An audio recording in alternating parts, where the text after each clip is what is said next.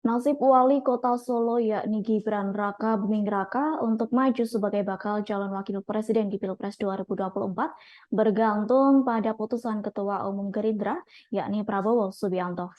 Hal tersebut disampaikan oleh mantan politisi PDIP yang kini dengan Prabowo yakni Budiman Sujatmiko. Diketahui setelah Mahkamah Konstitusi mengumumkan batas usia Capres-Cawapres di bawah 40 tahun atau berpengalaman sebagai kepala daerah, nama Gibran menjadi pendamping Prabowo menguat. Kendati demikian, maju atau tidaknya Gibran menjadi cawapres Prabowo juga ditentukan Ketua Umum PDIP yakni Megawati Soekarno Putri.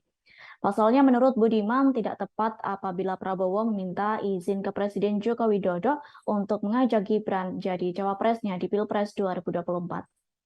Budiman menyebut apabila ke Jokowi, Prabowo hanya perlu mengkonsultasikan saja lantaran selaku ayah dari wali kota Solo tersebut.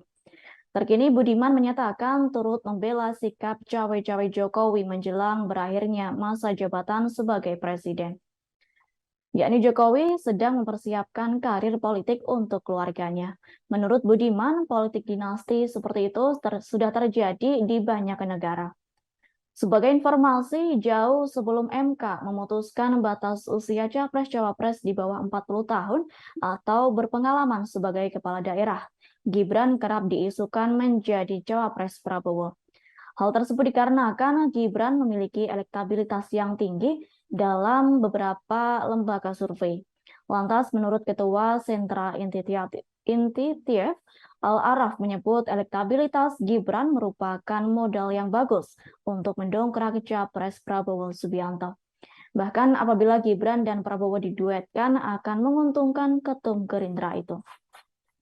Sementara itu, Ketua DPC Partai Gerindra Kabupaten Lumajang Indah Amperawati Masda menilai sosok Gibran sebagai pilihan tepat menjadi cawapres Prabowo Subianto di Pilpres 2024. Pasalnya Gibran merupakan representasi anak muda yang dapat menggait suara generasi milenial dan cukup kreatif.